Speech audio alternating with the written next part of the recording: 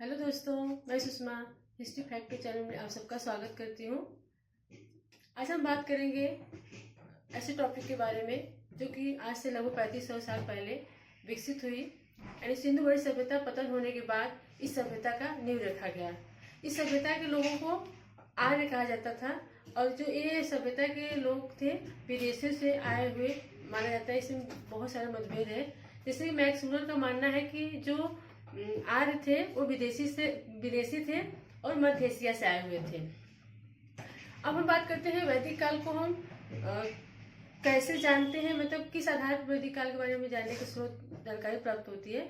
तो इसके हैं वेद जो है 4 वेद है, वेद जो है 4 है। पहले वैदिक काल नोट करते हैं यहाँ पे, वैदिक काल। और वैदिक काल जानने के जो स्रोत हैं वेद 4 है। वेद कितने हैं? वेद 4 है। पहला है आपका ऋग्वेद,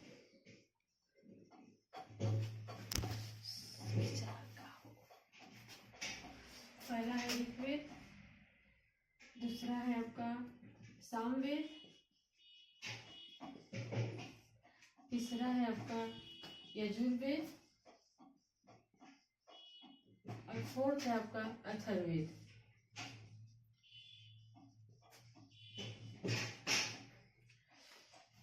अब ये जो है साहित्यिक स्रोत है, लेकिन हम जब बात करते हैं पुरातात्विक स्रोत,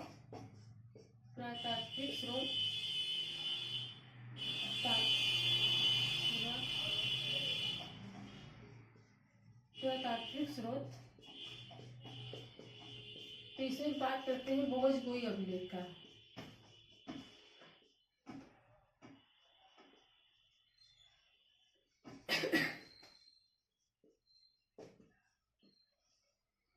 यह अभिलेख जो है प्रूफ करता है कि आर्य जो थे वैदिक काल के बारे में बताने का प्रयास करते हैं। जैसे कि इस काल के जो देवता हैं इंद्र और मित्र, नासत्य तथा वरुण इस अभिलेख पे इन चारों देवताओं के नाम लिखे हुए हैं। जो चारों देवता हैं आपके जो चारों देवता हैं आर्य लोग से संबंध, मतलब वैदिक काल के लोगों से संबंधित है। तो इस प्रकार से वैदिक काल के हम लोग स्रोत के बारे में जाने। अब हम बात करते हैं वैदिक काल को 2 भागों में रखकर अध्ययन करते हैं। पहला है आपका ऋग्वैदिक काल,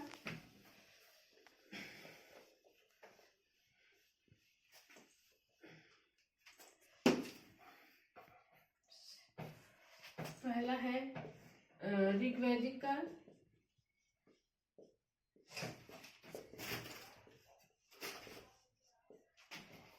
और दूसरा है आपका उत्तर वैदिक काल।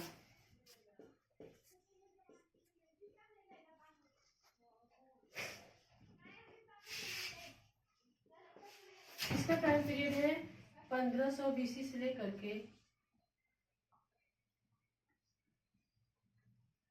1000 BC तक है। वही हम बात इसका करते हैं तो इसका 1000 BC से लेकर के 600 BC तक है।